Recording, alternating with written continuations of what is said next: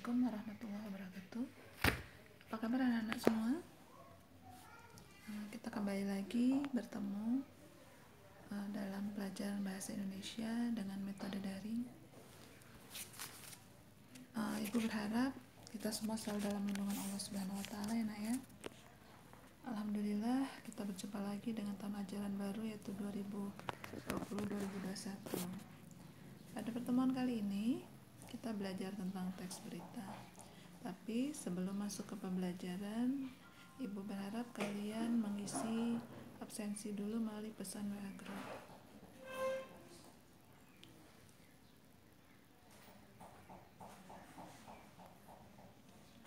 Yang pertama yang kita pelajari adalah teks berita. Dan pada pertemuan kali ini mengenai definisi, ciri, dan unsur-unsur teks berita. Berita adalah laporan atau informasi yang didapat, yang di dalamnya memuat kejadian atau peristiwa yang aktual, informasi terkini yang sedang terjadi, dan faktual. Faktual itu berarti berdasarkan fakta sebenarnya. Sedangkan teks berita itu sendiri adalah teks yang melaporkan kejadian atau peristiwa dan informasi mengenai sesuatu yang telah atau sedang terjadi. Informasi yang disampaikan dalam teks berita memiliki sifat aktual dan faktual. Nah, lihat ada sebuah contoh teks berita. Perhatikan semua teks berita yang ada di sini. Beritanya tentang banjir ya. Ibu bacakan. Banjir seakan menjadi agenda tahunan bagi beberapa wilayah di Indonesia. Tak hanya ibu kota Jakarta saja, daerah lain pun kerap terendam air pada ketinggian tertentu sehingga menghambat masyarakat dalam melakukan aktivitasnya. Baru-baru ini banjir juga terjadi di wilayah Sumatera Utara. Untuk menjadi teks berita, Anda menyusunnya seperti ini. 50 kota Sumatera Barat terendam. 187 warga memilih mengungsi.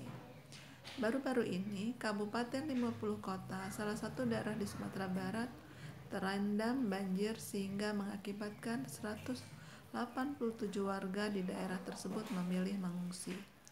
Para pengungsi kebanyakan berasal dari 2 kecamatan, yakni Kecamatan Harau dan Lare Hago Sabah. Sejauh ini pengungsi dipusatkan di tenda penampungan yang disediakan oleh BPBD. Jumlah pengungsi ini terdiri dari 63 warga berasal dari Desa Nagari dan Desa Taram, sementara sisanya berasal dari Kecamatan Lareh Sago Halaban. Dengan rincian 68 pengungsi dari Bukit Sikumpua, 48 pengungsi dari Balai Panjang, serta 8 pengungsi dari Nagari Batu Payung. Sebelumnya, pemerintah Kabupaten 50 Kota Sumatera Barat telah menetapkan dan memperingatkan warga akan status tanggap darurat untuk kemungkinan banjir dan longsor. Status ini diterapkan selama 7 hari sejak disiarkan pada Selasa 10 Desember 2019 lalu. Nah, ini contoh berita ya. Ciri-ciri teks berita. Faktual. Faktual itu artinya berdasarkan fakta. Dari mana kita tahu kalau ini merupakan fakta? Biasanya kita bisa melihat dari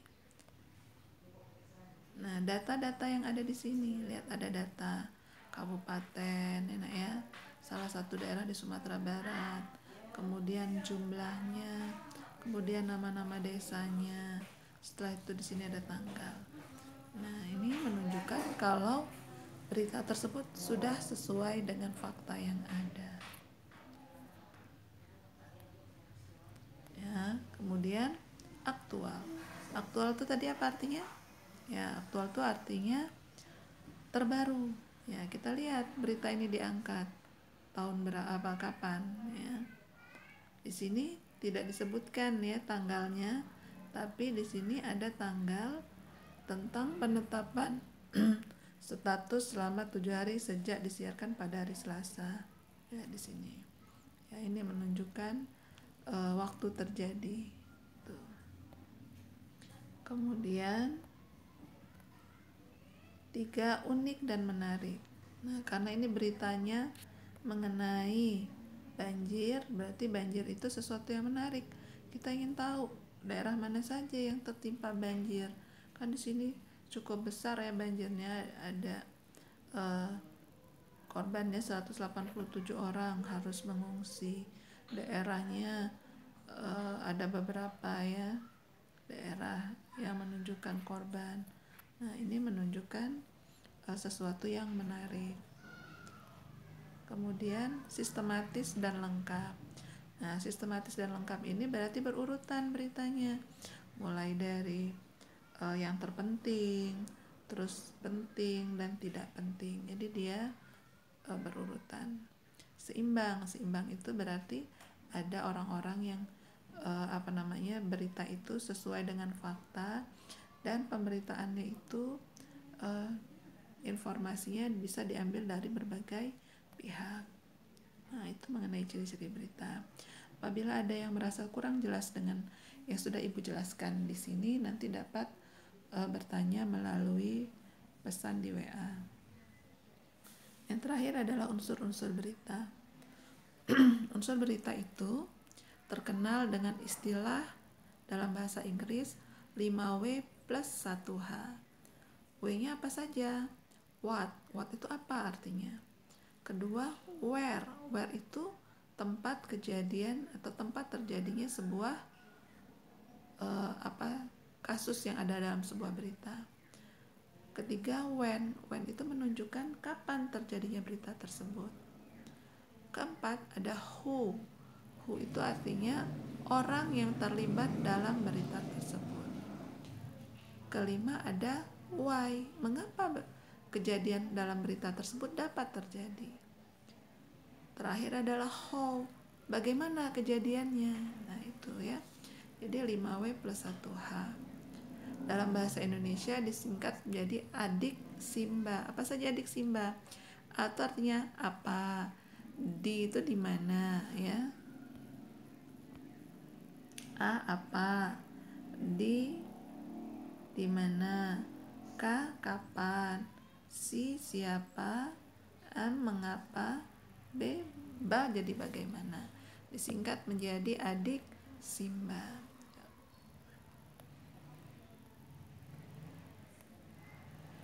Nah, kita lihat kembali ke berita yang tadi. Nah, ini beritanya di sini ya, lihat.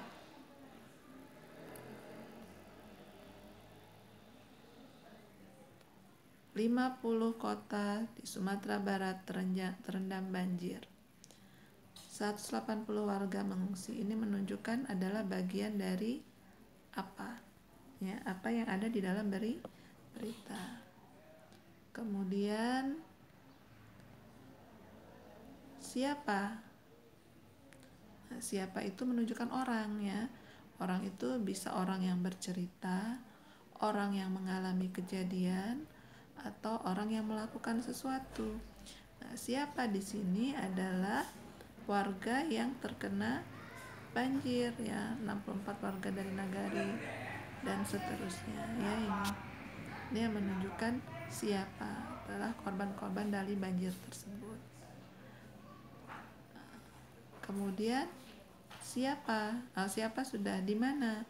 Di mananya kita lihat adalah lokasi kejadian ya, di 50 kota di Sumatera Barat. Setelah itu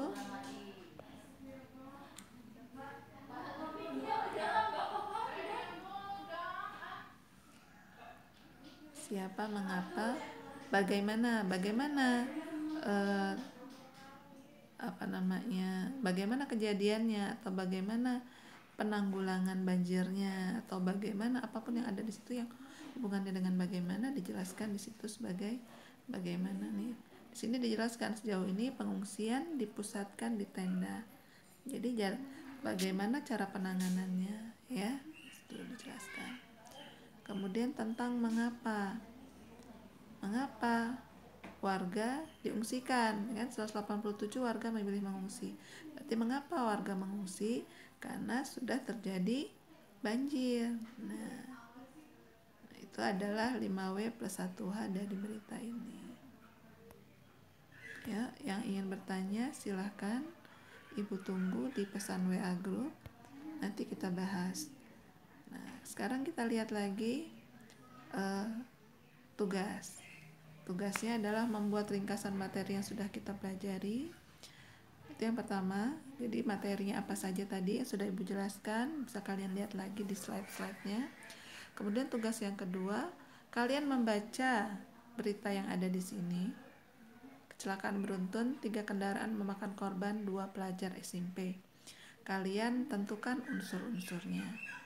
Ya, yang tidak mengerti nanti dapat bertanya kepada Ibu di WA group. Ya, terima kasih.